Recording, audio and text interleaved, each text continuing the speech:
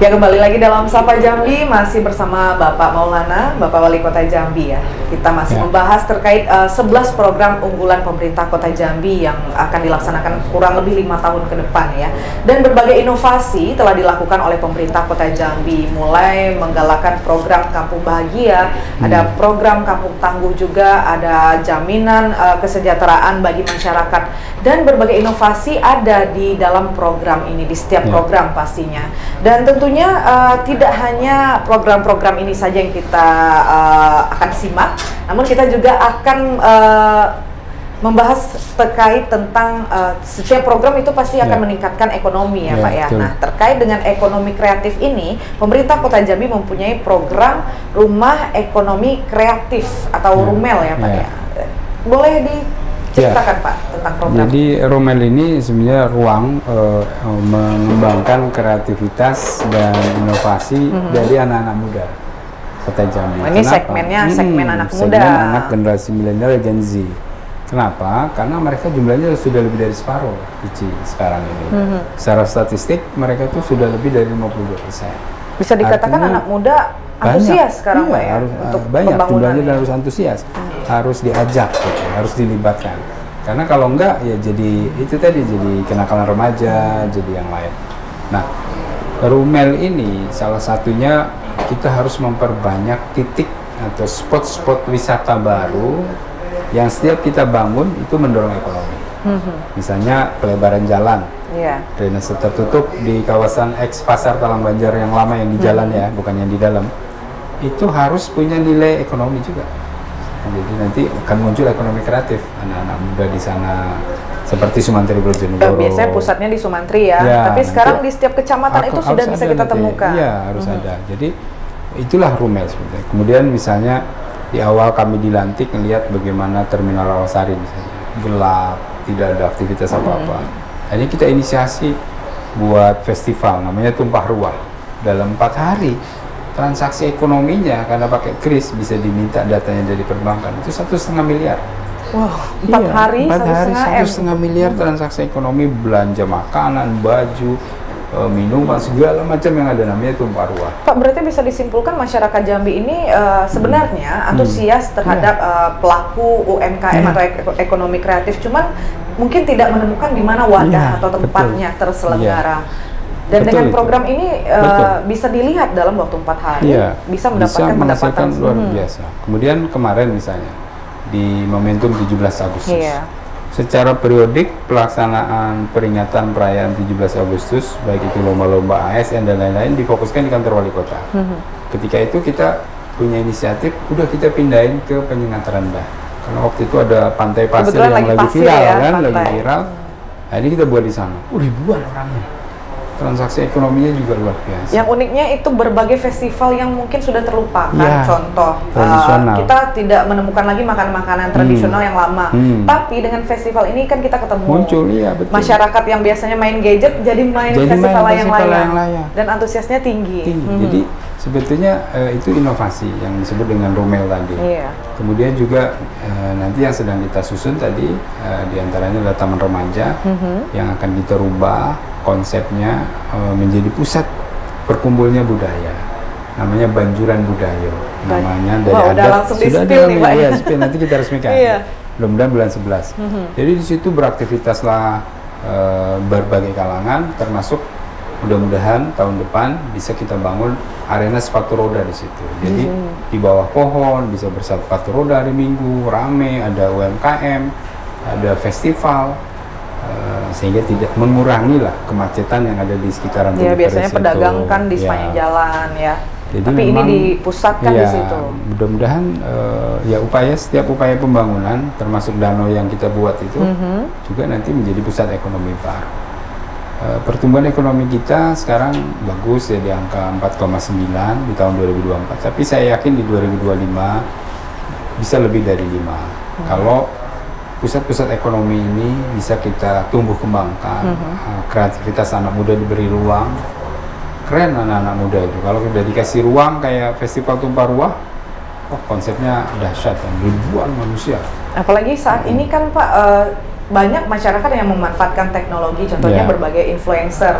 Dan secara tidak langsung ini kan juga bisa mensupport, memberitahu ke masyarakat luas, ini loh yang ada di Kota Jambi. Betul. Dan target Bapak ini akan di launching semuanya kapan, Pak? Ya, secara umum di tahun ini beberapa titik yang selesai seperti Penjuran Belayo.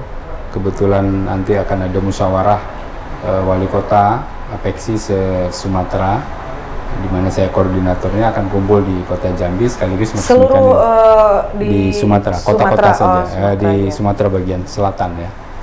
Itu akan kumpul di sini musyawarah sekaligus saya resmikan itu. Dan kita juga berdoa mudah-mudahan pembebasan lahan pembangunan danau selesai, kita akan groundbreaking. Kemudian Talang Banjar, bekas pasar di jalan itu tahun ini selesai untuk median dan drainase tertutupnya. Setidaknya jalannya sudah lebar, dan ini memaksa saudara-saudara kami yang masih memaksa jualan di jalan agar kita dorong ke dalam lah ke pasar, karena ini jalan sudah kita fungsikan sebagaimana mestinya gitu ya. Dan nanti akan dibangun pedestriannya tahun depan.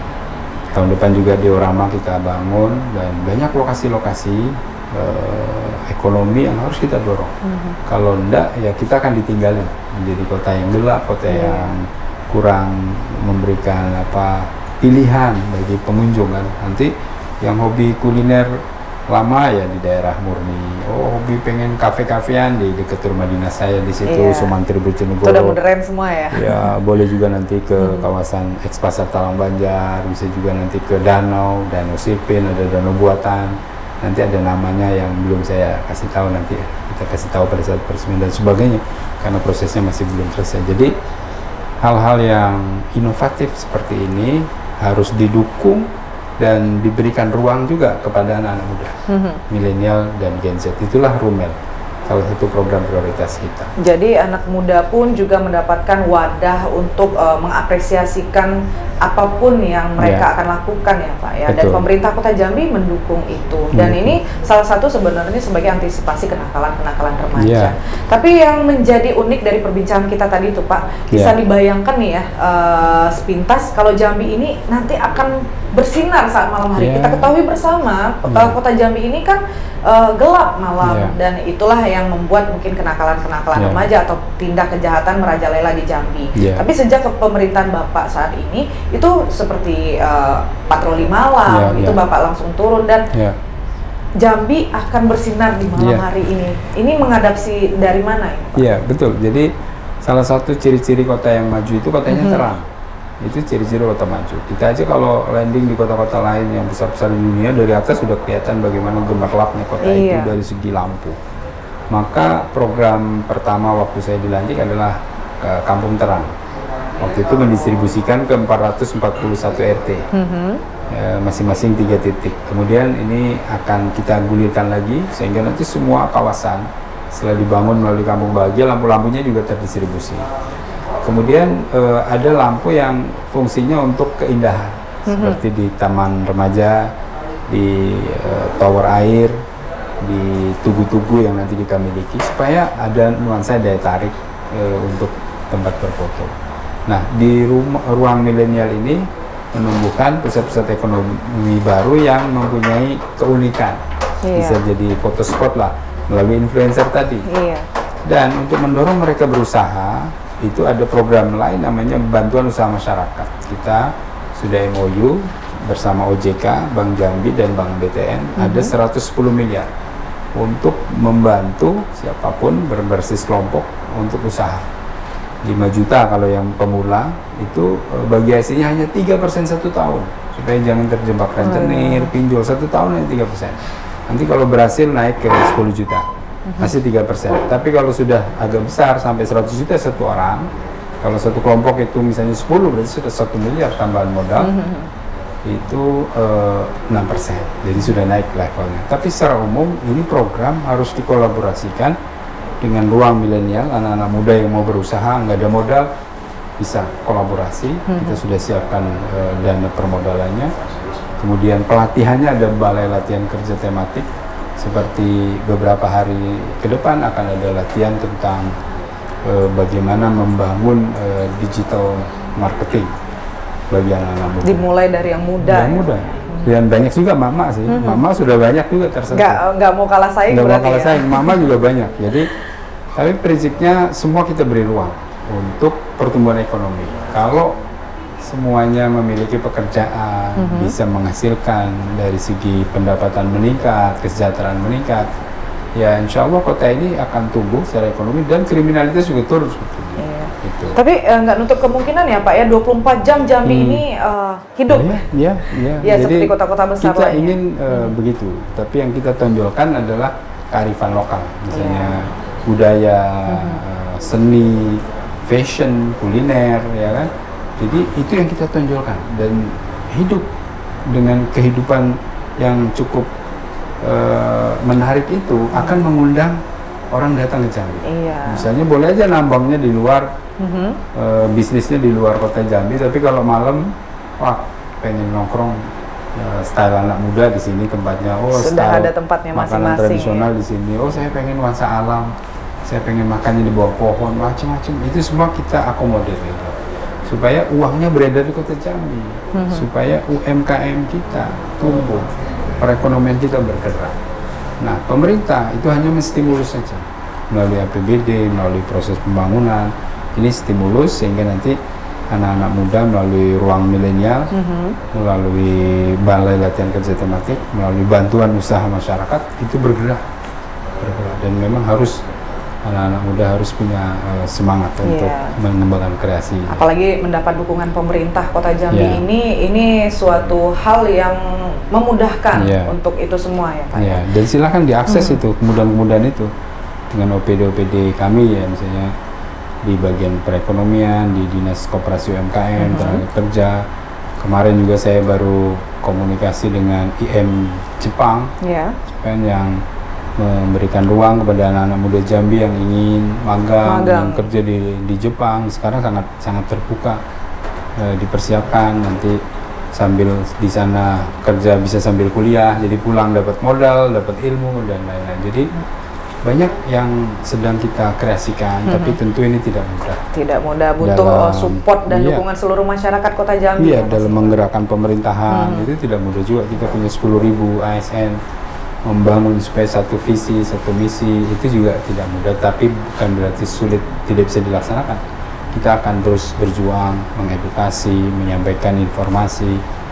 Mungkin ada juga ASN yang belum paham 11 program itu, makanya tugas saya juga, tugas kepala dinas, tugas camat, tugas lurah, sekarang terus sama-sama ya, tentu ini bergerak, pembangunan ini harus terus bergerak ke arah yang lebih baik, dan kami mohon doanya. Iya, pastinya kita mensupport seluruhnya apapun yang dilakukan oleh pemerintah Kota Jambi, apalagi itu demi kebaikan ya. Pembangunan yang merata dan meningkat ini yang kita tunggu-tunggu saat ini. Dan selain itu Pak, selain ekonomi kreatif, ada jaminan sosial, ada kampung bahagia, apalagi nih Pak? Secara garis besar program-program unggulan Kota Jambi ini. Ya, di dalam Kampung Tangguh itu yang pertama banjir. Problematika banjir itu menjadi masalah yang terus kita akan hadapi dan kita selesaikan. Yang kedua sampah. Nah, sampah ini kita akan menyelesaikannya dari hulu ke hilir. Nah, dari hulunya itu berbasis komunitas. Melalui program Kampung Bahagia itu boleh membangun tata kelola sampah. Misalnya masyarakat beberapa RT bermusyawarah gimana tata kelolanya, dipilah organik anorganik, butuh bentor boleh dibeli dari dana itu. Kemudian melakukan pengelolaan melalui TPS 3R misalnya, reduce, recycle gitu ya. Nah, kemudian nanti proses pengangkutan di hilirnya di TPA Talangulo kita sudah bekerja sama dengan pihak ketiga juga, dibangun oleh investor pabrik RDF. Jadi nanti sampah diharapkan menjadi bahan yang bisa bernilai secara ekonomi. Ini juga butuh waktu. Sekarang baru mulai mereka memesan peralatan dari luar yang akan datang ke Jambi. Jadi kalau sampah sudah teratasi menjadi nilai ekonomi, tidak jadi masalah lagi. Kemudian banjir mulai kita susun, tempat-tempat wisata kita jalankan, transportasi publik, bus listrik yang terkoneksi, bahkan kita ingin punya rute sampai ke Candi Muara Jambi untuk mengembangkan kolaborasi ini. Nah, itu semua butuh perjuangan bersama, butuh dukungan dari seluruh masyarakat. Ya, tentunya di akhir ini Pak, apa sih harapan besar Bapak bersama pemerintahan Kota Jambi, Pak? Ya, kami berharap program-program yang kami luncurkan dari 11 program itu di 6 bulan pertama masa kepemimpinan sudah mulai bergerak, tapi itu kan butuh sustainability, butuh keberlangsungan, butuh juga konsistensi dari kita semua. Kami mengajak seluruh ASN, seluruh masyarakat Kota Jambi, tokoh agama, para ketua RT, mari kita sama-sama berkolaborasi untuk mewujudkan mimpi-mimpi Kota Jambi bahagia. Ya, pastinya sebagai masyarakat Kota Jambi kita mendukung bersama apapun itu program pemerintah Kota Jambi selagi untuk demi kesejahteraan kita bersama. Amin. Sukses terus Bapak. Terima kasih, Suci. Sebenarnya banyak lagi yang akan kita bahas, Ya. namun mungkin di lain waktu ya Pak. Ya, Ya. sukses selalu. Yang penting Bapak sehat selalu Amin, ya Pak amin, ya. amin. Mohon doanya. Dan saudara, itu dia perbincangan kita pada pagi hari ini bersama Bapak Maulana, Wali Kota Jambi. Dan akhir kata saya Suci Anissa pamit undur diri dari hadapan Anda. Selamat pagi dan sampai jumpa. Kompas TV, independen, terpercaya.